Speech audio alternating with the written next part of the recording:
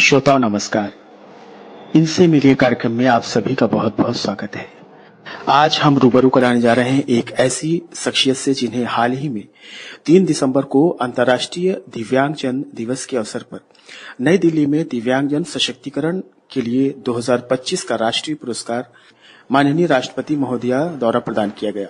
उनका नाम है बसंत साहू, जो हमारे छत्तीसगढ़ के धमतरी के कुरूद में रहते हैं। हम बताना चाहेंगे कि श्री बसंत साहू जी 95% तक दिव्यांग है।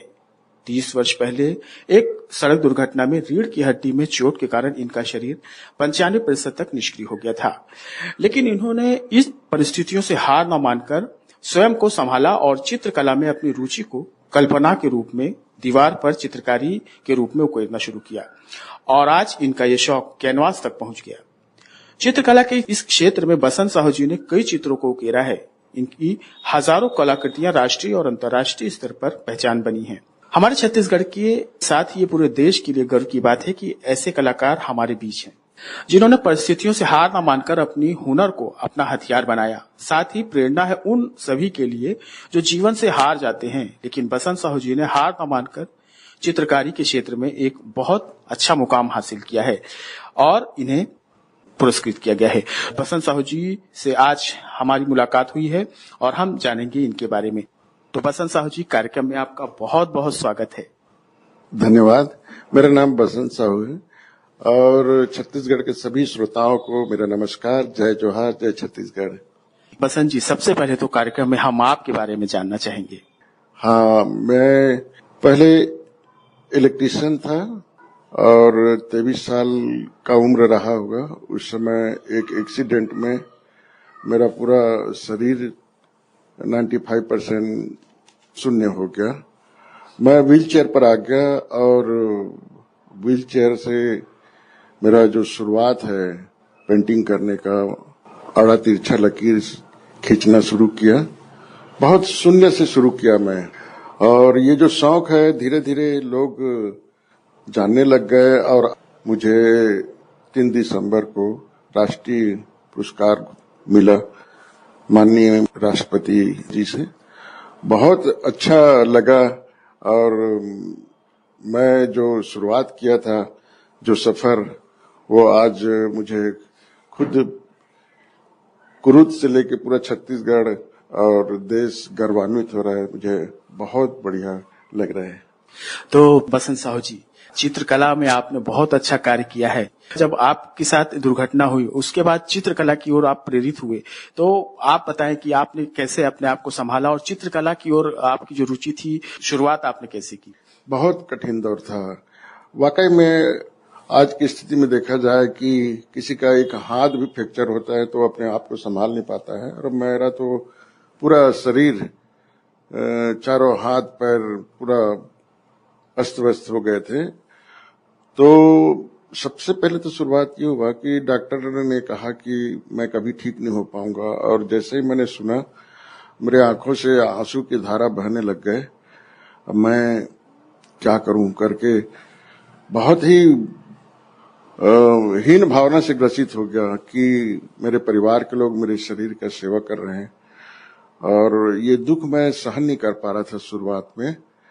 और सारे लोग इस अवस्था में देखे, क्योंकि मैं नॉर्मल था, दौड़ता था, भागता था, इधर उधर काम कर रहा था, और अपने वर्क करके मैं रायपुर में कंबाइंड इलेक्ट्रिकल्स, जिसमें 1 साल वर्कशॉप में काम सीखा, फिर 2 साल हुआ था अपना कुरूद में दुकान लगाए, और भाटा गांव से मैं ट्यूबवेल मोटर पंप फिट करके आ रहा था। उसी समय एक ट्रक ठोकर मार दिया, और उस दुनिया से इस दुनिया में आने में, संभलने में बहुत समय लगा, क्योंकि डॉक्टरों की बात सुनकर मैं पूरी तरह से हताश हो गया था। और सिर्फ दिमाग बस चल रहा था मेरा, शरीर तो कोई हलचल नहीं, थोड़ा सा भी मोमेंट नहीं था, सिर्फ दिमाग चल रहा था। अब उसमें मैं जीना ही नहीं चाहता था। लेकिन मैंने देखा एक अवस्था के बाद कि सिर्फ यही दुनिया नहीं है जो हम देख रहे हैं, एक और दुनिया है जो बहुत ही अलौकिक है, अद्भुत है। वो प्रभु की कृपा से कहूं या मेरे इष्ट देव, एक अद्भुत नजारा देखा, मानो मेरा नया जन्म हो रहा हो। और उस दिन से मैं अपना विरोध करना बंद कर दिया, मतलब इतना आनंद से भर गया। और ये एक साधना की तरह देखा। मैं दिन भर एकांत में रहता था, मैं 24 घंटा। महीनों बीत गए, 3 महीने बाद एक घटना ऐसे घटी, वो बहुत ही अलौकिक था। मेरे अंदर पूरी तरह से यात्रा ही बदल गई। और जैसे ही होश आया घंटों बाद, तो मैंने एक ही चीज बोला कि यहां सिर्फ जीवन है, जीवन है, जीवन है, मृत्यु जैसा कोई चीज है नहीं। मृत्यु दरअसल में बदलाव है, एक नए में प्रवेश करने की। और वो जो सुकून मुझे मिला, और वो सुकून आनंद में बदल गया, और मैं उसको बांटू कैसे? क्योंकि इंसान को जब कुछ मिल जाता है ना, तो वो बांटता है। जैसे भरा हुआ गगरी जो होता है वो छलकता है, वैसे ही मेरे अंदर कुछ दर्शन हो गया था। उसके बाद मैं अपने आप को बांटू कैसे? तो करीब 1 साल तक इलाज चला, फिर व्हील चेयर में बैठने लायक हुआ। और व्हील चेयर में जैसे ही बैठा मैं, अब मैं इस हालत में क्या कर सकता हूँ, मैं सोचने लगा। फिर कोरा पेपर लेके आड़ा तिरछा लकीर खींचना शुरू कर दिया। क्योंकि जब मैं ठीक था और बड़े बड़े टाकीज में पिक्चरों का जो पोस्टर लगा होता था, पोर्ट्रेट बनाते थे आर्टिस्ट लोग, उसको मैं देखता था तो मुझे बहुत ही आनंद आता था। उसको देख के घंटों निहारते रहता था। तो कहीं न कहीं मेरे अंदर वो कला का बीज था, जो आज वृक्ष बनकर फैल गया। और उस वृक्ष के छाया में बहुत सारे बच्चे आज सीख रहे हैं, पढ़ रहे हैं, और अपना पढ़ाई खैरागढ़ में आगे और बढ़ रहे हैं। तो मुझे बहुत खुशी होती है। तो ये जो 30 साल का जो दौर था, जो मैं इतने सरल भाषा में बहुत जल्दी बता रहा हूँ आपको, लेकिन वो जो 30 साल बीता बहुत ही कठिन था और आज सरल हो गया। बेशक ये शब्दों में इन वर्षों को बताना काफी आसान है, लेकिन जिस तरह के संघर्ष आपने देखे हैं और जितने वर्षों में आप यहाँ तक पहुंचे हैं, उसको बयां करना शायद कठिन होगा। तो बसंत साहू जी, अभी चित्रकारी में आपने जो बताया कि जो बेहतरीन कार्य किए हैं, तो आप ये बताएं कि अभी चित्रकारी जो आप करते हैं वो कैसी कैसी चित्रकारी होती है, और अभी आपके इस चित्रकारी के अपने हुनर को आप कैसे आगे बढ़ा रहे हैं? मैं चित्रकारी देखो पोर्ट्रेट से शुरुआत किया था। कोई भी स्वतः जो सीखता है, वो इच्छा तो होती है कुछ बनाने का, लेकिन पोर्ट्रेट पहले शुरुआत होता है। तो मैं महापुरुषों के विषय में पढ़ता था, और मेरे पसंदीदा महापुरुष महात्मा गांधी जी थे, और उनका मैं स्केच बनाया करता था। अब उनका स्केच जैसे ही बना, तो मेरे दोस्त लोग मुझसे मिलने आते, वो देखे कि अरे वाह, इतना अच्छा पेंटिंग कर रहे हो तुम। तो वहां से जैसे एक बच्चे को चलना सीखता है और प्रोत्साहन मिलता है तो और दौड़ जाता है, वैसे ही मुझे प्रोत्साहन मिलता चला गया। और करीब मैं 45 ड्राइंग बनाया था। तो एक कैमरामैन थे अजय चौधरी जी, रायपुर के, वो आके देखे, अरे ये तो प्रदर्शनी में लगाने लायक है, और इतने अच्छे आप बनाए हो करके मुझे प्रोत्साहित किए। मैं डर रहा था कि वहां के कलाकार लोग कैसे रिएक्ट करेंगे, देखेंगे। जब मैं महाकौशल कला विथिका में पहली बार लगाया प्रवीण शर्मा जी के सानिध्य में, तो इतने अच्छे प्रोत्साहन मिला मुझे, और वहां से मेरा आत्मबल बढ़ गया। वहां से पता चला कि आप कैनवास में बनाइए, ऑयल कलर होता है, कैनवास फ्रेम होता है, ये सब धीरे धीरे मुझे पता चलती गया। और मैं फोक आर्ट, अपना छत्तीसगढ़ इतना खूबसूरत राज्य है, जिसमें इतनी खूबसूरती है, इतने सुंदर मतलब कलात्मक जगह भी हैं। और बस्तर आर्ट जो है, अपने आप में नाम सुनते ही एक अलग ही भाव दर्शाया जाता है।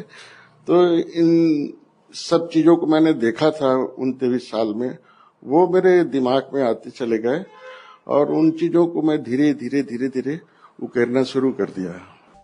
श्रोताओं, कार्यक्रम में आज हम बात कर रहे हैं हमारे छत्तीसगढ़ के बसंत साहू जी से, जिन्हें हाल ही में अंतर्राष्ट्रीय दिव्यांगजन दिवस के अवसर पर 3 दिसंबर को दिव्यांगजन सशक्तिकरण पुरस्कार से सम्मानित किया गया है। और हम अब आपसे जानना चाहेंगे कि वो क्षण, वो पल जब आपको पता चला कि आपको इस पुरस्कार के लिए चयनित किया गया है, कैसा था? और जब आपकी इस मेहनत के लिए सम्मानित किया जा रहा था, दिल्ली में आपकी मुलाकात हुई हमारी देश की जो माननीय राष्ट्रपति महोदया से, कैसा क्षण था?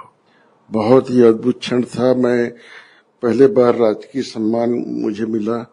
इसके पहले मुझे हेलन केलर अवार्ड मिला और उससे पहले बहुमत सम्मान मिला।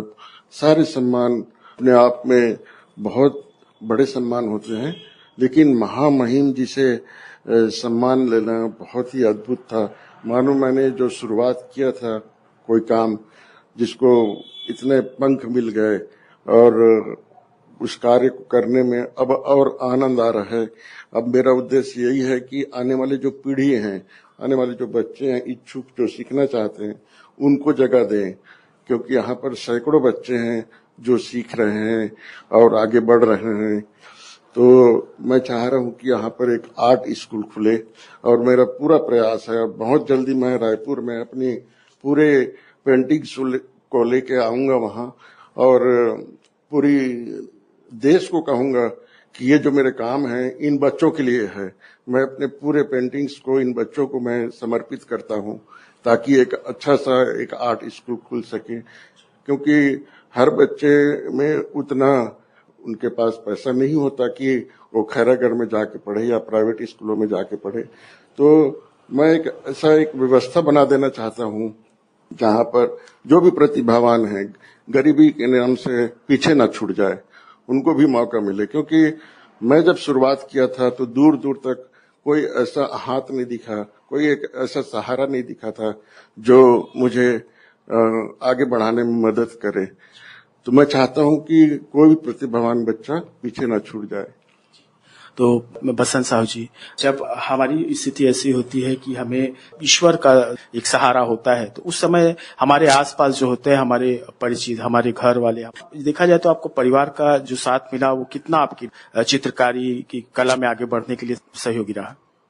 बहुत बहुत सहयोग रहा। मैं उन्हीं के सहारे आज भी हूँ और उन्हीं जो कुछ भी हूँ आज अपने ही परिवार की वजह से हूँ, क्योंकि इतना कुछ होने के बाद भी मेरे परिवार ने कभी बोझ नहीं समझा। और कभी भी किसी भी माता पिता के लिए उनके बच्चे चाहे कैसे भी हो, कितना भी दिव्यांगता क्यों ना हो उनके अंदर, उसमें पूर्णता जरूर देखते हैं। और मेरी माँ तो हमेशा पूर्णता देखती रही और आज उनका जो भाव है, जो उनका कर्म है, जो इतना संघर्ष करी और ये जो सम्मान मिला, उसके बाद अब कोई नहीं कह सकता कि मैं कमजोर हूँ। मैं सक्षम हूँ, हर हालत में सक्षम हूँ। जी, तो बसंत साहू जी, अब हम आपसे जानना चाहेंगे, चित्रकारी आपका एक बहुत ही पसंदीदा क्षेत्र है और उसमें आपकी काफी रुचि है। वो चित्रकारी जो आपके दिल के सबसे करीब है और जिसे हमेशा आप चाहते हैं कि मैं ऐसी चित्रकारी करूं, या जिस चित्रकारी को आप हमेशा करना चाहते हैं, तो वो कौन सी है? देखो, मेरे लिए सारे चित्रकला बहुत ही आनंद प्रदान करते हैं और मैं जब भी रंग भरता हूँ किसी कैनवास पे, तो मैं पूरी तरह से डूब जाता हूँ। जो बन रहा होता है बस उसका मैं साक्षी होता हूँ, क्योंकि मैं जो भी कर रहा हूँ अकर्ता भाव से कर रहा हूँ, इसमें कर्ता कुछ भी नहीं है। तो जब अकर्ता भाव से कोई भी कार्य करे, जो भी आप कर रहे हैं, तो वो अस्तित्व अपने आप जुड़ जाता है आपके अंदर और उसमें जो आनंद मिलता है वो फिर मंजिल की तलाश नहीं करता कि कब मुझे क्या सम्मान मिलेगा, क्या मिलेगा। सम्मान खुद ही सम्मान करने पहुंच जाता है। तो ऐसा दौर रहा। सारे पेंटिंग मेरे लिए बहुत ही अच्छे हैं, क्योंकि मैं पूरी तरह से खो जाता हूँ और कहीं न कहीं ये एक ध्यान की अवस्था होती है, मेडिटेशन की अवस्था होती है, खो जाना, खुद को भुला देना। क्योंकि मेरा ये जो परिस्थिति है, मैं शुरुआत जब करता हूँ तो मुझे खुद 24 घंटा में व्हील चेयर में बैठने में, नॉर्मल होने में घंटों लग जाते हैं, लेकिन रंग और कैनवास जब देखते हैं तो ऐसा लगता है मानो मैं रंगों से नृत्य कर रहा हूँ, नाच रहा हूँ, और ये अनुभव उसमें प्रकट हो जाता है। और देखते ही देखते जब दिल से कोई भी किया हुआ आकार बनता है ना, वो सारे दिलों को टच कर जाता है। तो वो मेरी आत्मा उसमें बोलती है पेंटिंग्स में, और जब आत्मा बोले, दिल बोले, तो हर इंसान के हृदय में प्रवेश कर जाता है। आज मेरा पेंटिंग अमेरिका में, ऑस्ट्रेलिया में, इंग्लैंड में लगा हुआ है, और भारत के राष्ट्रपति भवन में भी मेरा पेंटिंग लगा हुआ है। छत्तीसगढ़ में हमारे राज्यपाल जी के निवास स्थान में है। ऐसे बहुत सारे प्रतिष्ठानों में मेरा पेंटिंग्स लगा हुआ है। तो ये सब धीरे धीरे फैलते गया, तो एक कलाकार को भी बहुत ही अद्भुत खुशी अनुभव होता है। रोज जब देखते हैं नया चीज, मैं तो अपनी आत्मा को उसमें उकेर देता हूँ। और हर कोई उस कला को उस भाव से नहीं देख पाते, लेकिन जो वाकई में कलाकार हैं, कला प्रेमी हैं, उसमें डूब जाते हैं। तो बड़ा अच्छा लगता है कि कहीं न कहीं मेरा जो संदेश है वहां तक पहुंचा। तो बस साहब जी, हम जब कलाकार की बात करते हैं तो कलाकार का जो सबसे पहला क्षेत्र होता है होती प्रकृति। उसका सबसे पहला प्रेम प्रकृति से होता है। तो आप क्या कहना चाहेंगे, प्रकृति से आपका कैसा प्रेम?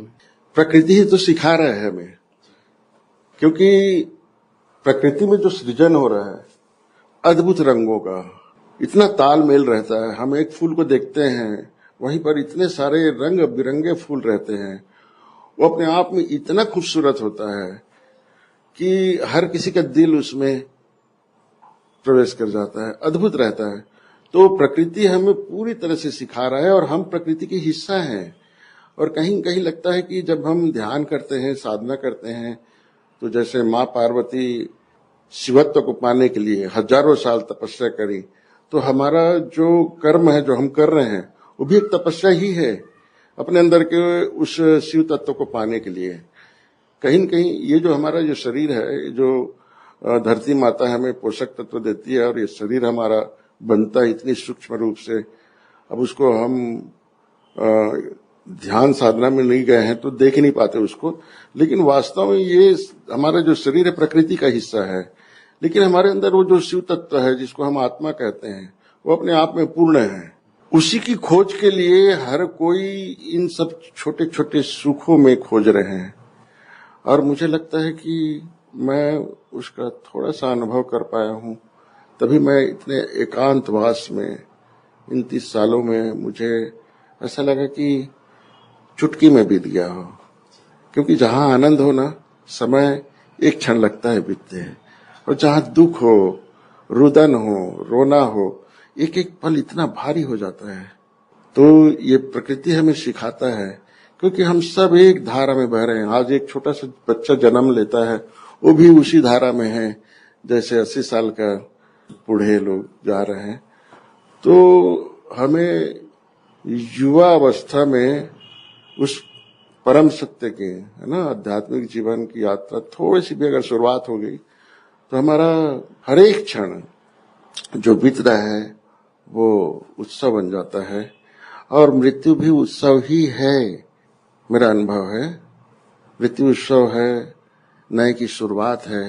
अगर नए में प्रवेश कर रहे हो तो उसमें डरने की कोई बात ही नहीं है, क्योंकि हमारी आत्मा तो शाश्वत है ना। गीता में भगवान श्री कृष्ण कहे हैं।